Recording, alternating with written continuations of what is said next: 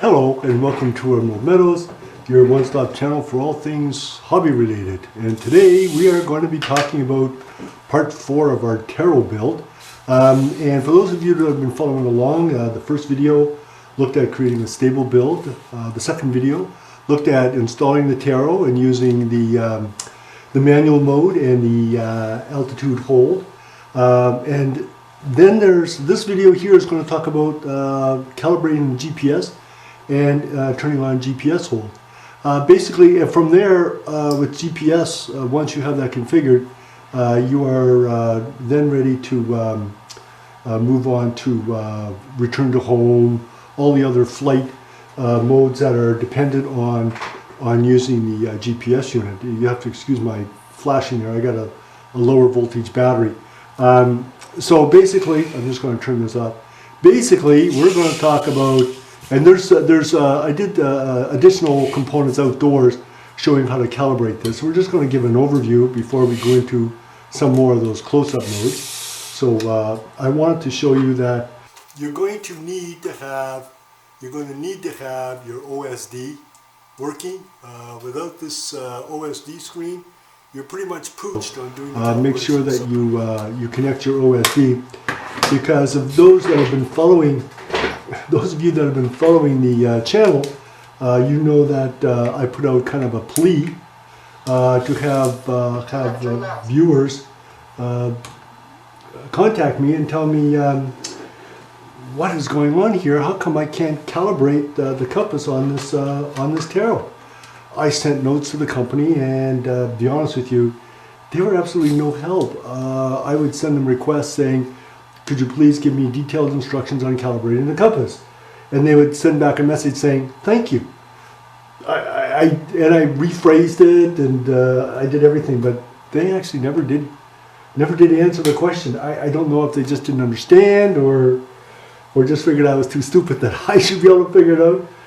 But we did figure it out now, and for those of you that are going to be using the tarot, I'm still a big believer, and now that I got the GPS working, I'm even a bigger believer, because it's one of the first controllers that the software was easy to use, and the calibration of now that we have the calibration done, and I've done a bit of a test, and we'll be doing a fourth video down the road where we'll be giving it a more extensive test. It's just too hard to give a good test in my backyard. We need to go out to a field where there's some wind and test out the GPS, and then from there we'll then talk about putting on the different modes, such as return to home, which is always something. One of the reasons I look at getting these controllers is for that return to home feature, because you don't want to lose this technology. It's expensive, and it's sad when they get lost, and I have lost. So that's why we did this. So basically, what I found out is that you needed to, it says in the manual, turn the TX and power on, switch from any two of the control modes over 6 times until the blue light is on. Well, you can switch from these two modes until you're blue in the face, and that blue light's not coming on.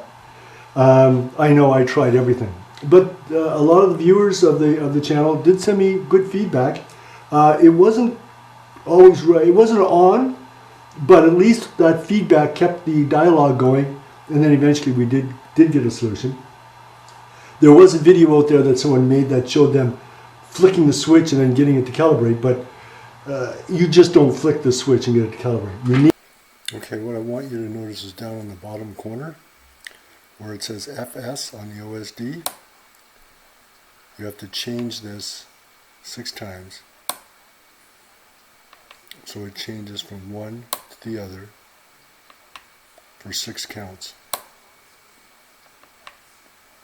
If you don't do it for 6 counts, it will not enter into calibration mode. Okay, so let's take a look at this one more time. We're going to go into calibration mode, and we have to make sure that when we go into the mode that it changes on the OSD screen. So I think you really need to have the OSD screen with you, because if it doesn't move from mode to mode, and the mistake I made is that I was moving too quickly with the mode switch. So I'm going to now do it slowly and look at it on the screen to make sure it actually moves into the next mode. Altitude and attitude hold. Level mode. Altitude and attitude hold. Level mode. Altitude and attitude hold. Level mode. Altitude and attitude hold. Level mode.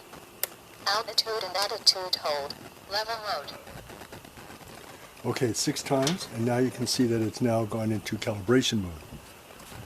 Move it 360 degrees until the light turns green.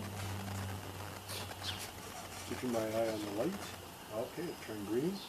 Now I'm going to turn it so that the nose is facing down. And I'm going to rotate it 360 degrees until the light turns off. The light is turned off, so that means it is now calibrated properly. And she's ready to fly for the field that you're on.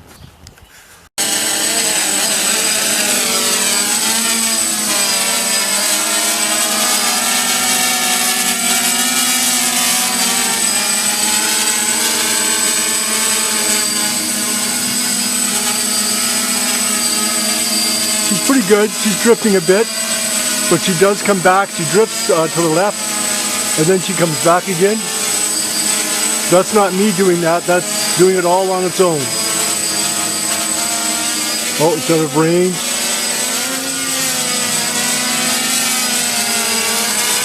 Try to keep it in frame here.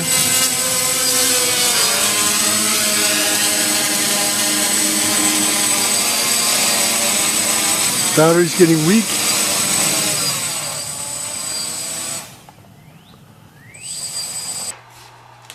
Well, I hope you found this video on the Tarot Part 3 informative. I know that if you've bought this device, and it gets very frustrating when you try to find instructions that, especially from China, God bless them, they just, I think they try, but the language is, we're talking different worlds. But we did get the GPS working. So that's a good thing. This is, I think, is a good product. We will be following up in the near future as to how much more functionality we can add into this product. Now, for the next series of videos that we'll be talking about, we are actually going to be talking about the Quanum. I always call it the Quantum, but it isn't. It's the Quanum Nova, and it's also the Cheerson CX20. I believe are the same product, and we're actually going to be talking about 2 series: the Ready to Fly, as well as the Plug and Fly version. I'm actually getting this one ready here from the Plug and Fly version. I'm actually going to be putting in my FR Sky receiver, and that will be the next series that we're going to be talking about is using the Quanum Nova as our platform. This has a GPS. It has the mounts for the gimbal on the bottom, so it's going to be hopefully a good, fun FPV product, as well as the Tarot that we just finished off. That was a fun build, a little bit frustrating, but fun. But this is going to be fun as well, and we'll be talking about the Ready to Fly as well as doing the Plug and Fly version. So stay tuned in the coming days for the first video on the Quanum Nova. Thank you very much for watching this channel, and please, if you like this video, please say like, and if you want more of these videos, please subscribe. That's kind of my indicator that people want more videos. So thanks again, have a great day, and see you next time at Emerald Meadows. Bye bye.